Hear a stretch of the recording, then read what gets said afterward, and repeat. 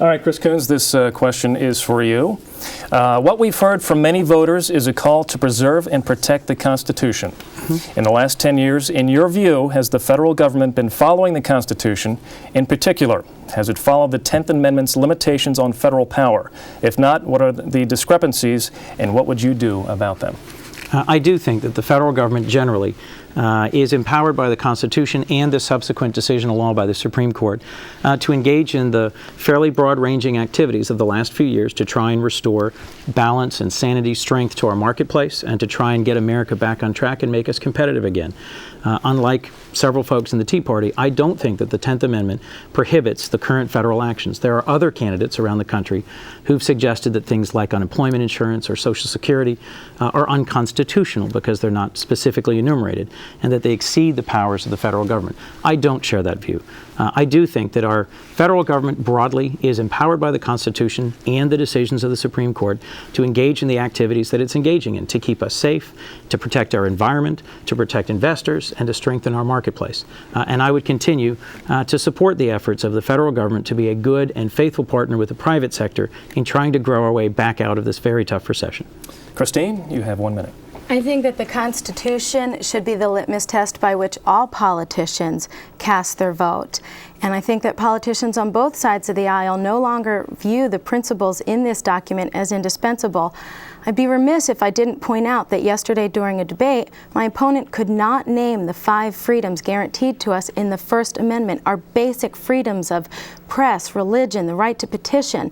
The most important amendment, he could not name the 5 freedoms. And many politicians in Washington do not know the Constitution. And that's why we have so many unconstitutional pieces of legislation. For example, Obamacare, that's not in the Constitution. The government dictating what kind of pay executive salaries can have, that's not in the Constitution. These massive spending programs that are outside of the enumerated powers of the federal government, that's not in the Constitution. We have lost our way, and we no longer view this sacred document by which we should cast every single vote. And that's why we have out-of-control spending, the overreaching arm of the government dictating what light bulbs we can screw into our living room lamps. That is not what the Founding Fathers intended when they created our government. Did you want to respond to that? If not, I have a follow-up. Okay. Ms. O'Donnell forgot assembly, but of course I know the 5 freedoms in the First Amendment. We had, I think, a very vigorous debate yesterday at Widener Law School about what the Constitution does or doesn't provide. And I hope that the listeners to tonight's debate will pay close attention to what my opponent just said.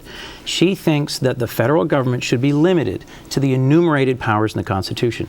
If there are things that are not specifically called out, well, she said Obamacare, as she calls the Affordable Care Act, is not constitutional because it exceeds the enumerated powers of the federal government. Why then is not unemployment insurance or Social Security something that is unconstitutional? It's a great slogan to say that I will observe the Constitution as the litmus test for every piece of legislation. But Delaware voters deserve to know how much of the federal government she will dismantle if elected as a United States Senator. Other candidates around the country are being quite blunt about how much of the federal government they intend to simply undo. I would support unemployment insurance, Social Security, the Department of Education, the Export-Import Bank, the Small Business Administration, all of which are not specifically enumerated in the Constitution, but are part of the modern, progressive, constructive federal state that supports a good, strong, healthy, safe national economy. He says that I think that the federal government should be limited to the enumerated powers in the Constitution, as if that's a bad thing. I think that's a great thing, and we need to roll back the overreaching arm of the federal government that has invaded our daily lives. Like I said, dictating what kind of light bulb we can screw into our living room lamps, dictating what kind of television.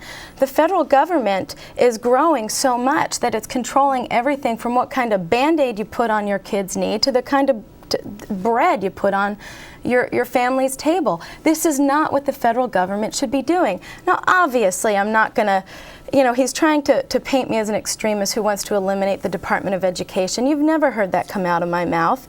He's using these scare tactics. But we can stop the overreaching arm of education. This administration has expanded every single budget of every single department except the Department of Defense, which in these times of uncertainty and insecurity, the Department of Defense should be our #1 priority, not the one who's getting the most cuts made.